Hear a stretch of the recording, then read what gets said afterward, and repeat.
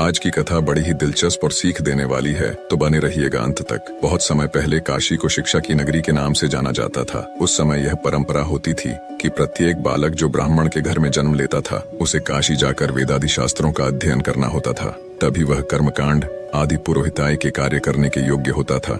एक बार की बात है, एक पंडित जी ने अपने बेटे को भी शास्त्रों के अध्ययन के लिए काशी भेजा। सभी शास्त्रों का अध्ययन करने के बाद पूरी तरह सब कुछ कर निपुण होकर बालक अपने गांव लौटा। बेटे की आने की खुशी में पंडित जी ने एक भव्य उत्सव का आयोजन करवाया, जिसमें ज्ञान चर्चा का विषय भी रखा गया।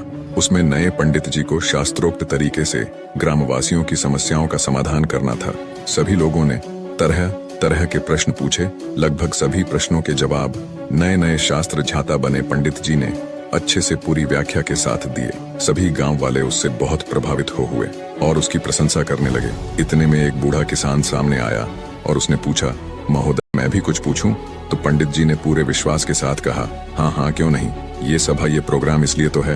किसान बोला, ठीक है, तो बताइए, पाप का गुरु कौन है? पंडित जी ने अपने विवेक पर जोर दिया, परंतु इसका उत्तर नहीं मिला। सोचा, बहुत से गुरुओं के बारे में सुना है, पर यह पाप का गुरु किस खेत की मूली है, इसके बारे में तो कभी नहीं सुना। लगता है मेरा ज्ञान अभी संपूर्ण नहीं हुआ है। और वह वहीं से वापस काशी को रवाना हो गए। काशी जाकर उन्होंने अपने सभी गुरुओं से पूछा, लेकिन इस प्रश्न का जवाब उन्हें कहीं से नहीं मिला। हताश और निराश होकर इस बार पंडित जी अपने अंतिम गुरु के पास गए तो उन्होंने कहा, वत्स, इसका जवाब तुझे एक पापी ही दे सकता है। पंडित जी की आंखें आशा से चमक उठी।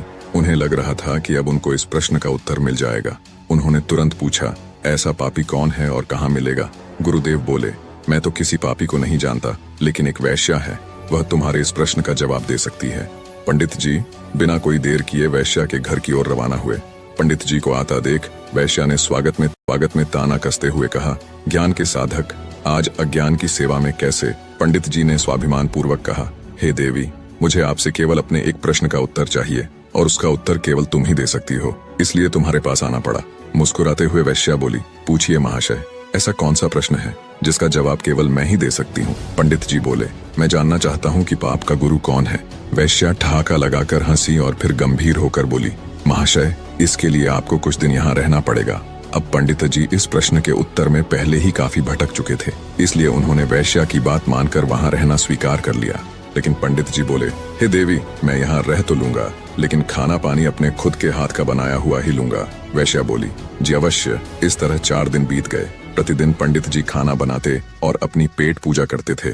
आखिर परेशान होकर पंडित जी ने वैश्या से पूछ ही लिया, हे देवी, मुझे मेरे प्रश्न का जवाब कब मिलेगा? वैश्या बोली, थोड़ा धैर्य धारण कीजिए महोदय, बस 1 दिन की और बात है। उसी दिन पंडित जी का खाने पीने का सामान भी खत्म हो गया। वैश्या का ठिकाना गांव से काफी दूर था। भयंकर गर्मी और चिलचिलाती धूप देखकर पंडित जी ने सोचा, अभी तो बहुत गर्मी है, सूर्य ढल जाएगा, तब शाम को बाजार जाकर सामान लाऊंगा। और भूखे पेट ही काम में लग गए। सुबह से भूखे पंडित जी अपनी पोथियों के पन्ने पलट रहे थे।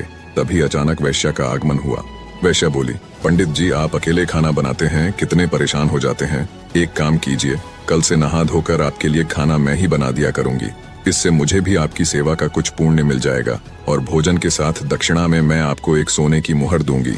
पहले तो पंडित जी ने आनाकानी की, किंतु मुफ्त का खाना और साथ में सोने की मुहर का विचार कर वैश्या का प्रस्ताव मान लिया। उसी दिन शाम को वैश्या ने तरह तरह के पकवान बनाए और उसकी सेवा में उपस्थित हुई। भोजन का थाल पंडित जी के सामने परोसा गया, लेकिन जैसे ही पंडित जी ने खाने के लिए अपना हाथ आगे बढ़ाया, वैश्या ने थाल पीछे खींच लिया। वैश्या के इस व्यवहार से पंडित जी क्रोधित हो गए और तिल मिलाकर बोले, ये क्या मजाक है? वैश्या ने विनम्रता पूर्वक कहा, श्रीमान, यही आपके प्रश्न का उत्तर है। पंडित जी, मैं कुछ समझा नहीं। वैश्या ने समझाते हुए कहा, महाशय, क्या केवल स्नान कर लेने मात्र से कोई पवित्र हो जाता है? क्या मेरी अपवित्रता केवल इतनी ही है जो केवल स्नान करके मिटाई जा सकती है? नहीं, लेकिन मुफ्त के भोजन और स्वर्ण मुद्राओं के लोभ में आप अपने वर्षों के नियम को क्षण भर में नष्ट करने के लिए तैयार हो गए। यह लालच ही पाप का गुरु है श्रीमान। पंडित जी को अपना जवाब मिल चुका था। निष्कर्ष, ये लोभ ही है जो हमारी पवित्रता को नष्ट करता है। अब वो किसी भी रूप में हो सकता है, धन दौलत, चाहना आदि आदि। कहा गया है, ये लोभ कोई छोटी चीज नहीं बल्कि